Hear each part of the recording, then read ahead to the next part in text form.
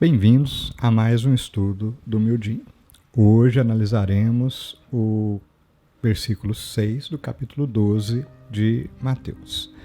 Continuando a estudar o capítulo 12, uma passagem onde Jesus entra em embate teológico com um grupo de fariseus, que julgava, sem fundamentação concreta, o ato dos discípulos se alimentarem das espigas de uma lavoura próxima num dia de sábado. No versículo anterior, Jesus lança mão de uma técnica de argumentação rabínica chamada de Kal vachomer, literalmente leve e pesado. Essa técnica decorre da tradição do comércio, como por exemplo dos comerciantes de metais preciosos, que usavam uma balança manual, dois pratos que comparavam pesos. Isto é essa técnica, averiguar entre duas situações qual tem o maior peso. Jesus, portanto, compara o fato dos sacerdotes trabalharem no dia de sábado com os serviços típicos do próprio templo, acender o altar do holocausto, esfolar e esquartejar o cordeiro que seria sacrificado, fazer a limpeza posterior, etc. Isso é um trabalho, pois é uma determinação que os sacerdotes têm que cumprir. Eles trabalham no dia de sábado, aparentemente transgredindo a lei, porque o templo é maior, é mais importante, é mais valioso que o sábado. Aí está a comparação. E todos os doutores e rabinos sabiam disso. No versículo de hoje, Jesus novamente repete esta técnica de comparação, mas agora coloca em comparação com o templo ele próprio, o que incomoda profundamente o rabinato de Jerusalém. Ele está dizendo literalmente para os rabinos que ele é mais importante, é maior do que o templo. Esta é uma afirmação extremamente corajosa. E fazendo Kal vachomer, o que seria maior? O Messias aguardado ou o templo? A resposta natural de qualquer rabino é o Messias. Portanto, Jesus complementa: eu sou o Messias. Começaremos nossa discussão sobre o significado de templo, que é a palavra que nos guiará no estudo de hoje. Grosso modo, o templo é uma construção de pedra, mas o que o templo representa vai além disso, e é esta análise que nos interessa. Espiritualidade é um sentimento que nasce conosco. No Livro dos Espíritos temos um capítulo que trata da lei de adoração. Portanto, ela é uma condição fundamental da existência humana. A consciência e, em algum sentido, a inconsciência, ou seja, aqueles que, mesmo se declarando descrentes, mas que no fundo do seu ser também creem em algo, nos faz concluir que todo ser manifesta algum nível de espiritualidade. Quando o sentimento se exterioriza e toma forma, as suas representações concretas têm símbolos, são um paradigma. Um exemplo disso: quando dois namorados brigam e um deles rasga uma foto do casal, a foto a princípio seria apenas um pedaço de papel, mas ela é mais do que isso, é um símbolo que assume significado, uma simbologia maior do que o objeto em si. O templo físico, portanto, assume um significado maior. É a exteriorização e a concretização de um sentimento de espiritualidade muito tradicional, em particular a tradição monoteísta mais antiga do mundo. Moisés, desde o início, recebe orientações muito específicas para a edificação de uma grande tenda que seria um lugar de adoração e de encontro pessoal com Deus, o tabernáculo. No reinado de Salomão e de Davi, quando então Israel deixa de ser um conjunto de tribos fragmentadas e se estabelece, se fixa, se tornando um império local, para representar todas essas conquistas, não apenas a prosperidade política, mas também uma conquista de espiritualidade, se ergue em Jerusalém o primeiro templo de pedra monumental no Monte Sião. Na diáspora, com a invasão dos assírios, quando Nabucodonosor os escraviza e leva para a Babilônia, este templo é destruído. Passa então a ser o sonho do povo de Israel, não apenas retornar para o estado de origem, mas também reconstruir o templo. Com o helenismo e a posterior dominação por Roma, surgem alguns dirigentes fantoches, como por exemplo a família de Herodes, mas permanece latente a vontade de tornar Israel grande novamente. E vem o início da reconstrução deste templo. É esse o templo onde Jesus pregava, ainda em construção. e que representava muito. Lembramos então como deve ter sido impactante a afirmação de Jesus que poderia destruir e reconstruir o templo em 3 dias. Nos dias atuais, restam apenas as ruínas desse segundo templo, e na crença judaica se aguarda até os dias de hoje a vinda do Messias que irá reconstruir o templo. Falamos aqui então do terceiro templo.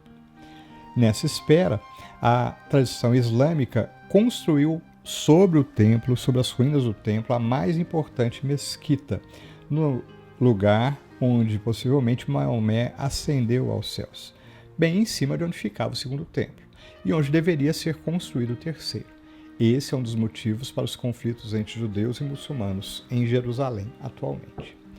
O que Jesus fala nesse versículo de hoje é: tudo isso que o templo de pedra representa só faz sentido comigo. Sem ele, o templo perde o real significado, se não for com a noção de espiritualidade trazida pelo Cristo. O raciocínio proposto pelo Cristo é: o templo vale mais que o sábado. Eu sou mais valioso que o templo. Logo, eu tenho mais valor do que o sábado. Citamos eventos posteriores, quando Jesus promoveu inúmeras curas em um sábado. Aí, efetivamente, ele estava se contrapondo às leis, embasado justamente nessa proposição e neste entendimento. A nossa discussão de hoje é sobre as questões que representam nossa espiritualidade contemporânea. Por exemplo, como tratamos as grandes figuras do Espiritismo, como tratamos a própria casa espírita, como lidamos com o livro espírita. Estes e outros símbolos muitas vezes assumem uma importância quase afetiva. Entretanto, todos esses símbolos são transitórios, até porque são todos materiais e irão se deteriorar com o tempo, assim como as ruínas antigas. Existe algo mais importante que tudo isso, e é isso que iremos buscar o entendimento. Pois bem, no livro Missionários da Luz, no capítulo Doutrinação, destacamos as palavras de Alexandre, espírito, sobre os embaraços e problemas decorrentes da supervalorização das coisas que representam a fé em detrimento da fé por si mesma. Trazem esses embaraços para a vida daqueles que assim agem. Diz Alexandre: erguem-se basílicas suntuosas, olvidando o templo vivo do próprio Espírito. Homenageiam o Senhor como os orgulhosos romanos reverenciavam a estátua de Júpiter, tentando subornar o poder celeste pela grandeza material das oferendas. Mas, ai, esquecem o coração humano, menosprezam o espírito de humanidade, ignoram as aflições do povo a quem foram mandados servir. E, cegos aos próprios desvarios, ainda aguardam um céu fantástico que lhes entronize a vaidade criminosa e a ociosidade cruel. Nesse comentário, ao se referir aos espíritas, nos compara aos pagãos que se fixam na exterioridade dos símbolos. E se, aparentemente, no movimento espírita não existem oferendas, lembramos das diversas promessas que fazemos. Por exemplo, vou dar tantas cestas, não vou faltar em nenhuma reunião de estudo, eu estudo tanto e depois acontece isso comigo, eu não mereço. Após a década de 40, nós espíritas acalentamos um céu com base na literatura de André Luiz.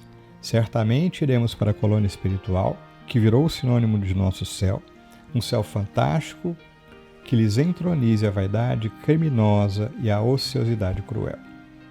E nos esquecemos, então, de que nosso lar, por exemplo, é essencialmente uma colônia de trabalho. E até o aspecto de trabalho, fantasiamos o bônus hora como similar ao dinheiro que compra.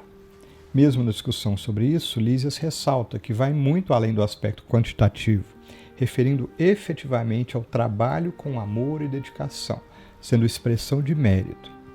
Podemos até especular que, possivelmente, esse modelo já possa ter sido hoje substituído por outros, até os sistemas espirituais evoluem. Sempre que se estabelece uma norma, uma condição, que por si mesma não tem razão de ser, se cria um dogma, um ritual, no sentido mais pejorativo do termo. Sempre que elegemos uma figura mediadora, que imaginamos que sem a qual não existe condição de estabelecer conexão com Deus, escolhemos um sacerdote. E muitas pessoas mantêm esse tipo de relação com médiuns, oradores, presidentes de casa espírita, etc. Pois bem, abordamos agora o livro Emmanuel, na lição 35, Educação Evangélica, no item O Resultado dos Erros Religiosos. Lembramos que nesse livro o autor referencia os espíritas encarnados ao citar todos os erros religiosos que nós mesmos, espíritas, cometemos na condução das religiões ocidentais da Idade Média, quando estávamos encarnados antigamente. Citamos então: toda essa demagogia filosófico-doutrinária que vedes nas fileiras do Espiritismo tem sua razão de ser. Aqui, a referência à demagogia refere-se à conduta dos administradores, como na Grécia, que queriam aparentar um cuidado e um carinho com o povo que não era real. Assim como muitas vezes aparentamos carinho e cuidados com o outro em nossas conversas e palestras na casa espírita que não são reais. São palavras bonitas e pomposas, mas que disfarçam desprezo e egoísmo de nossa parte. Allan Kardec, por exemplo, via com bons olhos o fato de que os grupos espíritas fossem sempre pequenos e, quando crescessem, se desmembrassem em outros grupos menores, justamente para se buscar o maior contato e convívio real entre os integrantes, favorecendo a troca real de afeto através da convivência. Emmanuel continua: a missão do cristianismo na Terra não era a de mancomunar-se com as forças políticas que lhe desviassem a profunda significação espiritual para os homens. O Cristo não teria vindo ao mundo para instituir castas sacerdotais e nem impor dogmatismos absurdos. Não raras vezes o formalismo da hierarquia na casa espírita sobrepõe a convivência. No convívio social temos uma tendência a nos diferenciar pelas exterioridades, e no movimento espírita não é diferente. Vejamos nas palestras e nos congressos, aqueles que se vestem melhor, aqueles que estão mais enturmados e às vezes andam em pequenos grupos ou bandos, os pertencentes à casta dos encontristas e diversas outras situações. Criar castas é dividir as pessoas, de acordo com classe social, com profissão, etc. Jesus andou no meio de todos, e em particular em meio aos párias sociais. Se seguíssemos esses parâmetros, em qual casta o colocaríamos? O farisaísmo de Jerusalém também entendia a comunidade humana segregada em castas, e hoje temos o mesmo comportamento farisaico, até mesmo no movimento espírita.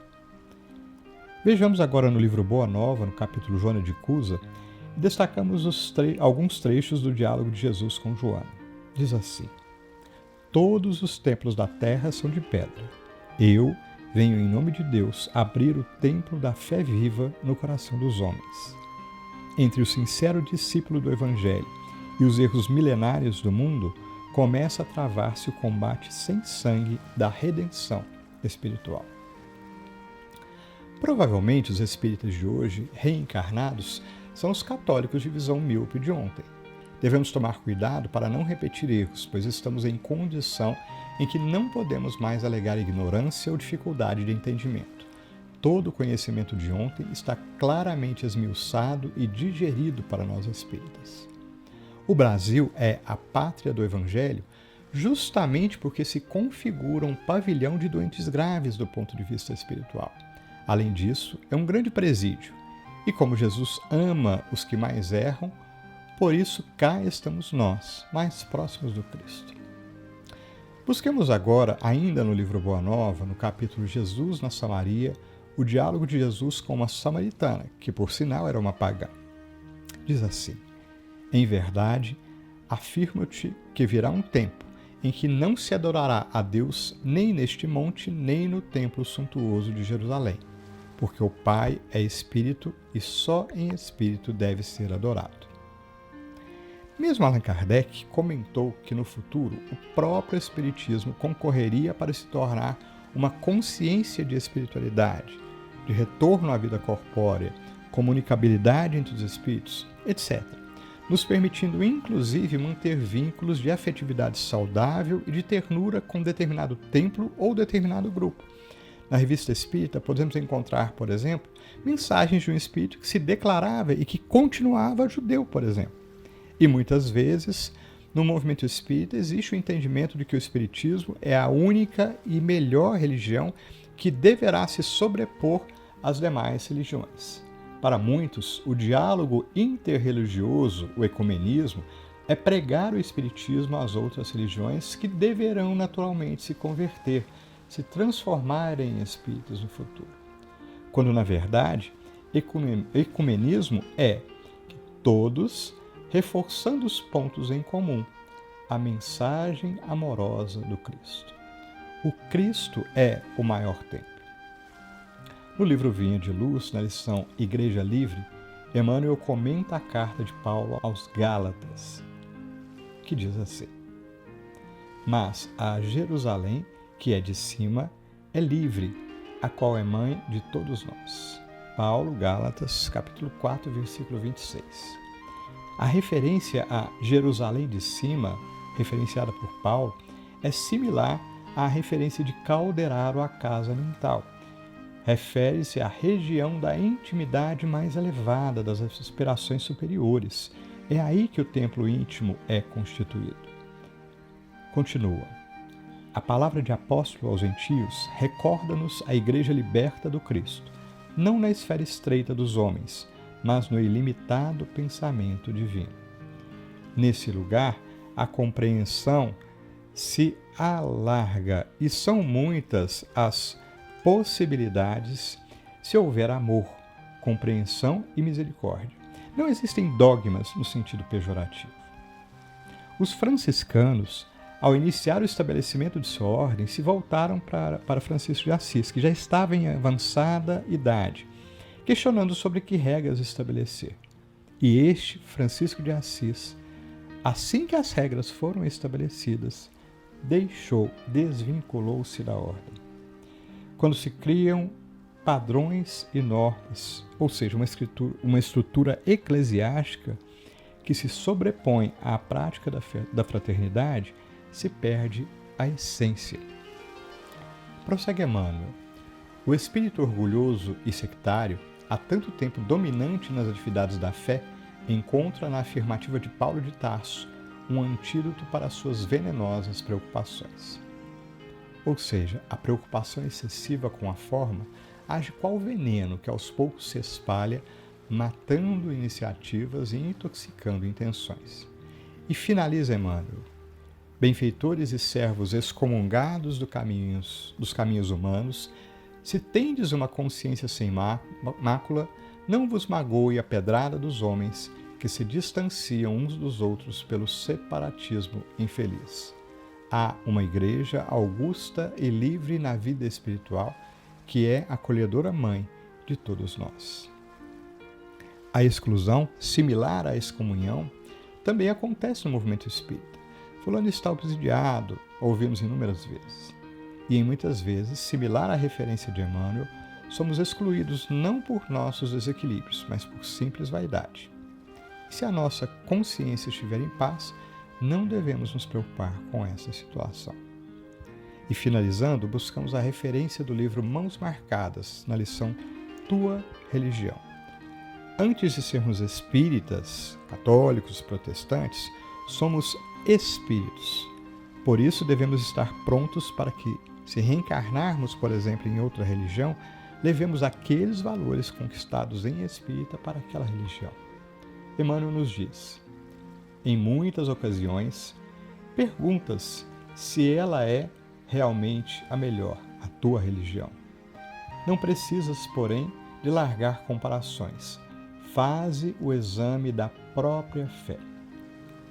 Lembramos que certa vez o Dalai Lama, questionado sobre qual a própria religião, respondeu: aquela que torna o homem melhor. Aqui, Emmanuel nos convida a analisar nossa fidelidade, a analisar todas as nossas experiências religiosas adquiridas no caminhar do nosso espírito, filtrando os enganos e as dificuldades. Isso é o que nos faz melhor. E Emmanuel nos lembra nessa lição. Se dúvidas te avassalam o pensamento em matéria de crença e conduta, preconceitos e tradições, entra no mundo de ti mesmo e indaga da própria consciência qual teria sido, entre os homens, a religião de Jesus. Lembramos a mensagem de Alta de Souza: volve ao teu templo interior, a mais alta de todas as capelas. Jesus seguia todas as tradições judaicas, transitava tranquilamente pelos samaritanos e pelos párias e sem religião. E o que Jesus era?